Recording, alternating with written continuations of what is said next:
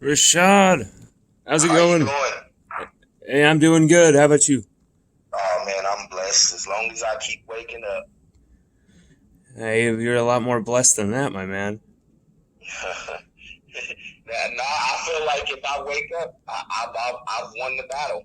As long as I'm waking up in the morning and I'm breathing, I'm winning the battle. That's a good way to look at it because then you start your day off where, you can't be really disappointed by too much. Nope, Everything's you just a can't. blessing. Nope, you cannot. You can't let any of this stuff disappoint you at all or get you down. As long as you're breathing, you can be better than you were the day before, and that's pretty much how I live. I can see why you're a damn good coach. I'm okay. I will. I'll say I'm a pretty good listener. The guys they look up to me. And I can relate to them as far as being an athlete. I'm not as I won't say I was never as decorated as most of the kids I've coached. These kids are pretty good. I'm gonna tell you that, and they have a lot of resources and stuff like that now. To where back when we were playing, and where I come from, you didn't have much of that. Yeah, I remember those times too. What they have now is outrageous. Some of the resources, it's some of what's going on is crazy. And speaking of what's going on, I've got to ask you, California, they're delaying they're postponing it, I guess, until December. Yeah, What's going we down? won't start practice until December, and then everything will get running July 1st, I believe. Which is fine. It's kind of weird to me that they would start the season during flu season, and you're worried about, and you're postponing it for this COVID stuff. Which, oh man, I don't know. It's, to me, it's just like anything else. You can beat it. I don't think it's nothing. I believe in it. I believe that it's real. I'm sorry. I believe that COVID is real. Yes. I even know some people who's actually gotten it, and did their quarantines, and now they're fine. So um, Okay, I so just so you've seen I both just sides of this. wish, huh? So you've seen all sides of this. Yes, we've seen it. I just don't believe it's bad enough to where they need to take things away from the kids, especially. Yeah, kids. Most kids nowadays. This is football or basketball or track or baseball or soccer. Whatever sport those kids are in. Sometimes that's all they have, Absolutely. and that's that. They need those things to keep them going. They need those sports to keep them going. So I just don't think it's right. And of course, they tell us, we live in a free country and we have rights. And as of right now, they're basically taking those rights away from us. But I don't want to get into politics. That's a whole nother conversation. But Hey, it's okay. That's how you yeah, feel. That's fine. And here's the thing. I'll agree with you with this because we really just don't know a lot of things about what's going on with this virus just as yet. right.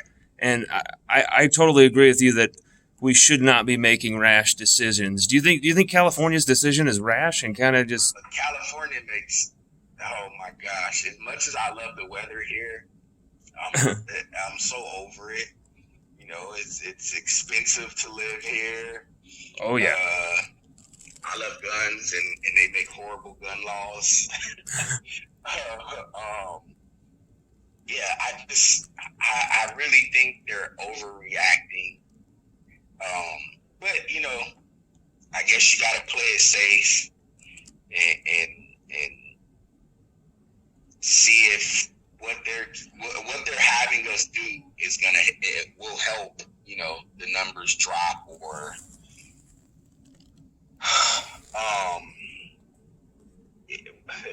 will it will everything get back to normal ever? I don't know. I feel like they're lying to us somehow, some way. They could be Yeah, on many different levels. 2020 away. Yeah. Hey, so with Raesjon, what's his next move? Raesjon is going to stay in school. He wants to finish his entire senior season. We talked about graduating early. At first, he thought about it. He actually wanted to do it, and then maybe a few months later, we talked about it again because we had to get with his counselor so that she could set him up, to get everything going to be an early enrollee. And he decided he didn't want to. We talked to him, and last year when they lost to Bosco, it was a really, really bad taste in his mouth. So he promised, his seniors that were leaving, and he promised Coach Rollo that he would, come back and play to help win a championship. And if he leaves early, he can't, keep his promise that he made. So he decided that he'll just, stick it out. And if they have a season, they have a season. If not, he's still going to stay. See, that in the back of my mind, Rashad, I got to say, I felt like that was going to be the answer. Your son is too loyal. And yeah. Oh, no. That's all I teach is all you have is your word. So, I teach him, and my other son, Ramir, once you say something, you have to stick to it. Absolutely. Seriously, the loyalty he has already for LSU, I haven't seen from a player. I mean, from someone who hasn't even played a down yet. I've never seen anything like this. Where does he get that from? What is that? Just a part of his personality that he's just always had? Is that something he kind of progressed to over time? That's something I instilled in him. You have. So I tell him, he's actually played youth football for a different program. He was playing football for a different program, the Eastville Mustangs, and they started winning a lot. They won a lot. It became kind of boring. So we talked about, finding a new team because, we needed something to challenge him. Absolutely. And he didn't understand. And so I told him, I go, well, if we go over here to this other program, you're just not going to be the only dominant player on the team, or there's not going to be just 2 or 3 of you. There's going to be a whole team full of kids that can actually play.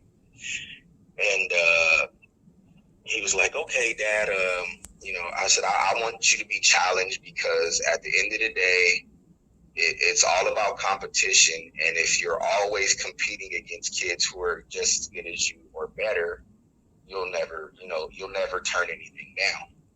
Absolutely. And so we joined this other team, which is the IE Ducks now.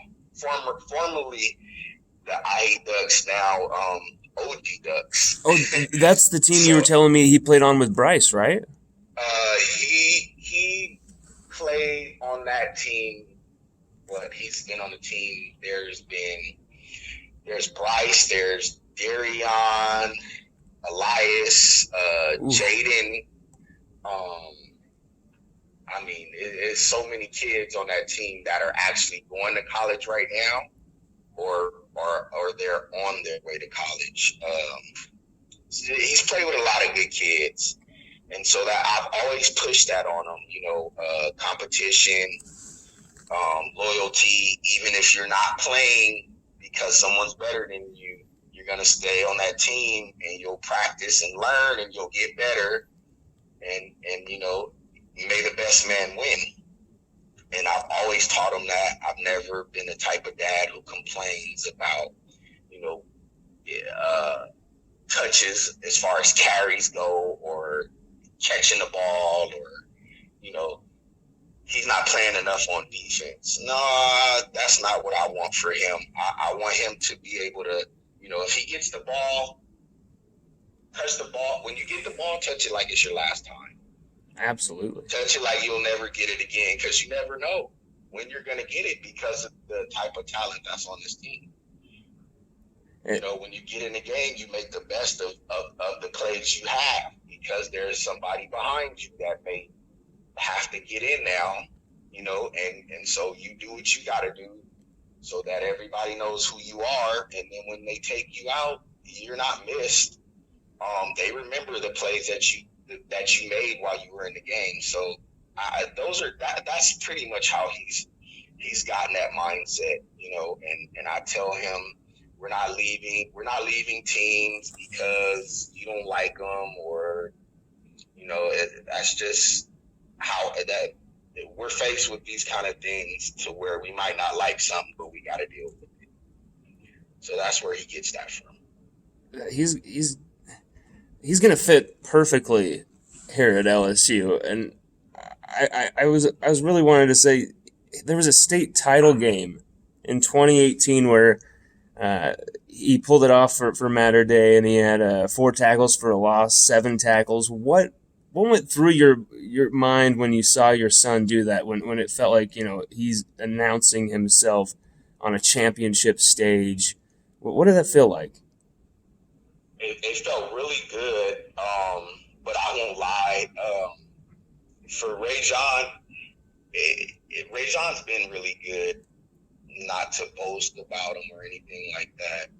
He's been a really good football player ever since we started playing catch. He's ran track since he was 7, which they were really good at. Also, I push track because I think speed is everything. And it just adds something when you're a good football player. It just adds something to the shelf. He has speed in spades. I mean, his side-to-side speed is unbelievable. I really, and for his size, he hits like a Mack truck too. It's a real rare combination.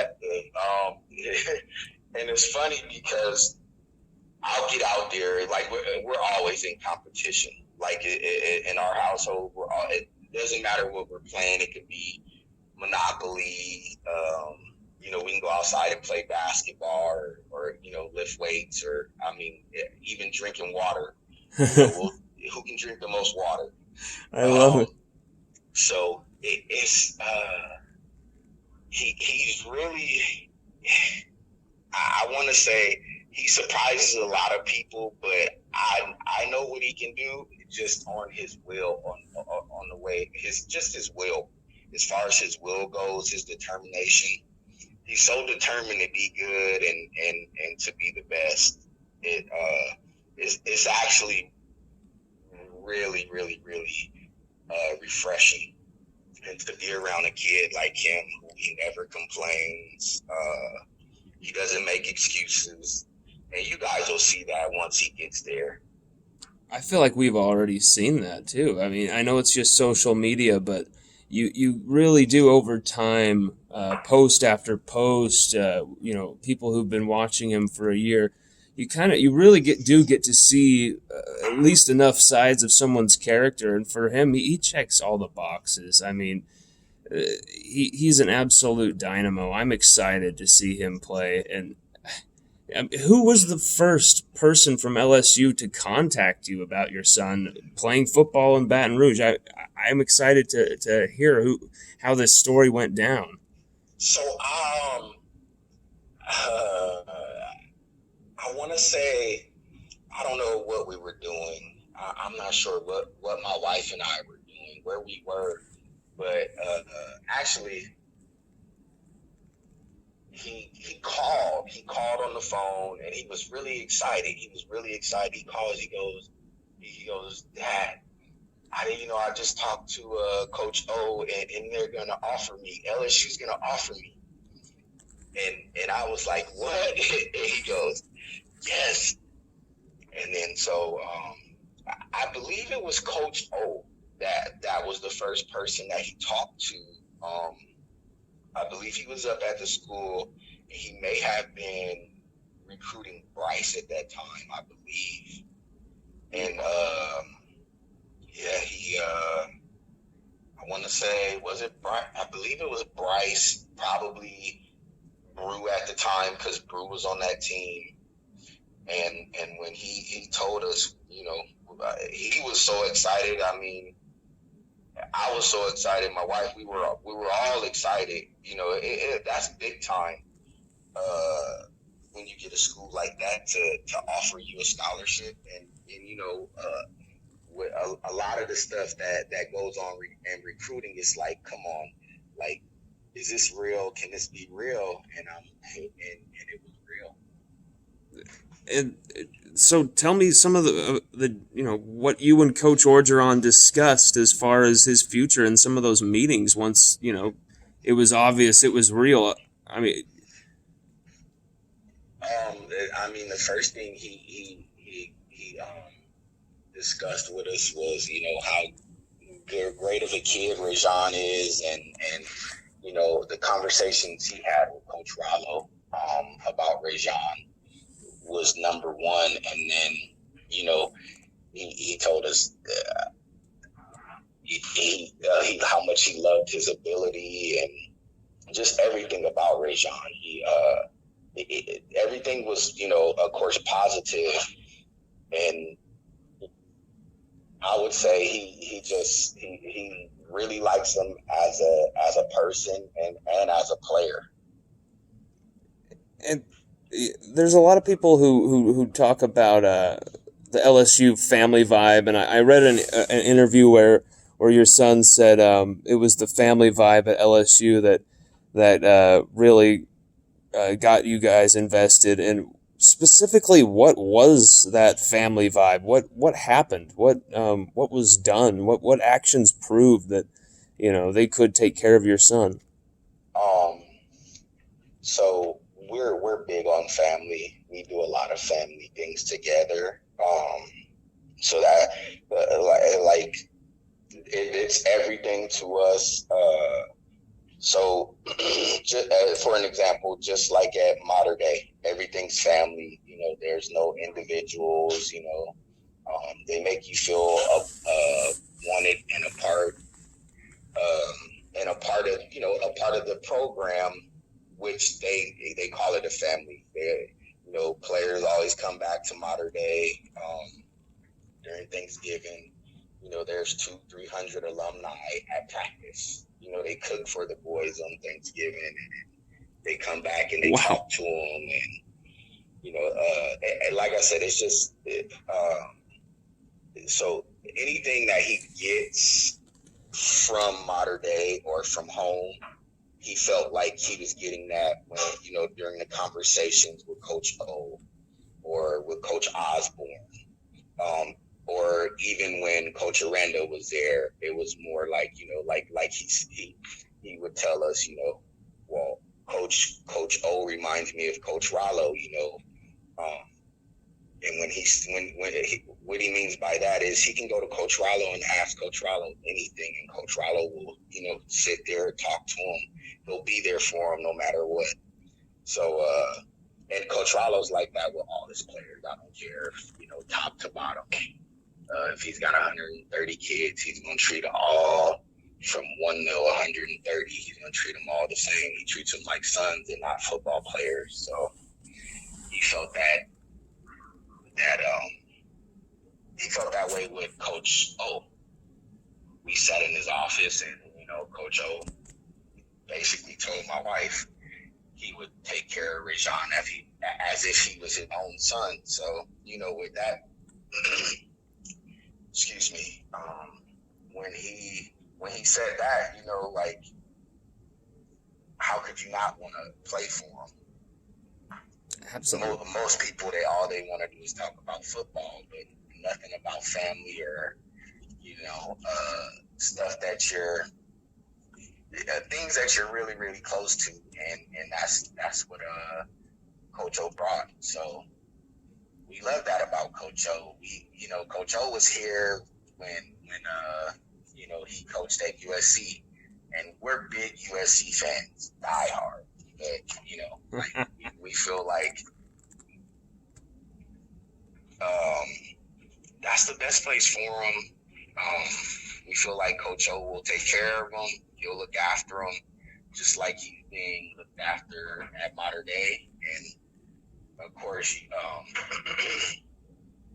that's always going to be home for him. So those places are all family. They've been both of those places have been family environments for him. And at Mater Dei, he was a teammate with Elias Ricks, correct? Right. He's been playing football with Elias since Raesjon was 9 and Elias was 10. Wow. I knew they were close. I didn't know that close. Wow. And yeah, it seems like Corey Foreman is also friends with Raesjon as well. Yes. Corey and Raesjon have became good friends. Corey lives in Corona. We live in Norco, which is not very far, maybe 5 minutes, 10 minutes apart. But they've become close. They've never played together. They've just they've always played against each other. They've always been opponents. And I would say through training, through 7-on-7, through things like that is how they became close. So I know I've talked to Kevin Foreman, which is Corey's dad. I talked to him quite a bit over the phone, and we've always wanted to kind of take trips together to visit colleges, maybe even think about playing together in college. So, I would talk to him about LSU once Raesjon committed to LSU, and then Corey ended up committing to Clemson. And then not too long ago, he committed. I really pushed to Kevin and Corey. Why wouldn't you want to play for a head coach that is a D-line guy? Coach O's been a D-line guy forever, and he's coached and put some really good NFL players in the NFL, and I just think that's super cool that you could have a head coach who's really big on the defensive line. It's a win-win situation.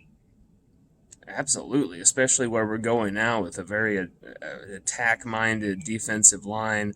And speaking of where LSU is going next, has Raesjon gotten to know Bo Pelini? Yes, he's actually met Coach Pelini. The last time he went out there, they just were there back in February? Yeah, I think it may have been. Yeah, March. They were back in March. So, yes, he's met Coach Pelini. We've talked to him. We talked to him quite a bit whenever, they can talk to us. And we really like Coach Pelini. I've been watching Coach Pelini when he actually was there with Les Miles. And, Nick Saban, I'm sorry. Oh no, he was there with both. Both of them, right? Yeah, I swear he was there at the tail end of Saban's era, and then he was there for all of Les's until he left off to Nebraska in 2008. So you were right. Oh no, I've been watching watching football a long time, and I love his energy. I love the type of coach he is. And I know if I love him, Raesjon will love him. He's just got that energy where it's just I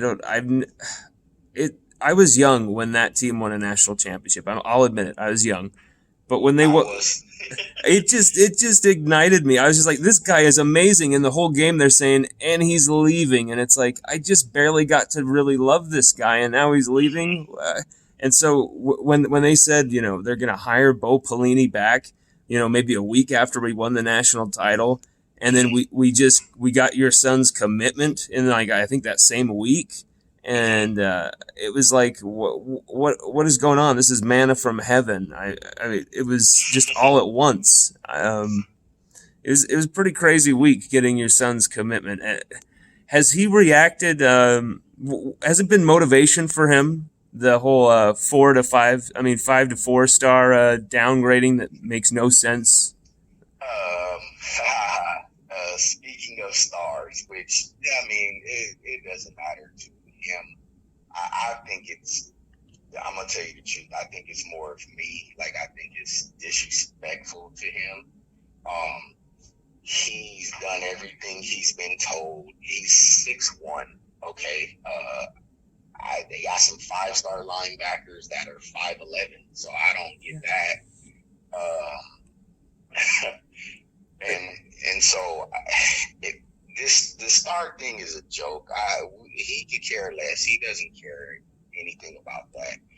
I know he tweeted that it was weird seeing him in the top 7 with 4 stars, but like I said, it really doesn't bother Raesjon. He knows those stars aren't what make him or what the person behind the stars, has to say about him, which is funny to me. I've heard so much stuff as far as there weren't many good linebackers in this class, in the class of 2021, which was a joke to me. They're not looking hard enough. I've even been told Raesjon would have never played at Modern Day, so I should take him and we should transfer to a public school. None of this stuff bothers us at all. Then when we committed to LSU, it was, he'll never play. They don't like California kids, this and that. And for me, I don't pay any attention to what anybody has to say. You don't pay my bills. You don't do anything for me. So it doesn't matter to me what you say. I know what Raesjon can do. Raesjon knows what he can do. And as long as he, keeps God first and stays on, stays in line, he'll be fine. He'll be just fine at LSU. I don't pay attention to all of this talk about a star or the upside or whatever it is that they push for him to be a 5-star. It's totally fine. Hey, I'm with you. I'm with you on that. If it's kind of interesting if you see a lot of my articles about certain recruits and stuff like that, I hardly ever bring about their rankings because to me it's just like this is so trivial and it's just uninteresting to me, really, the rankings and stars. So I'm with him on that. I'm totally with him on that, and I understand.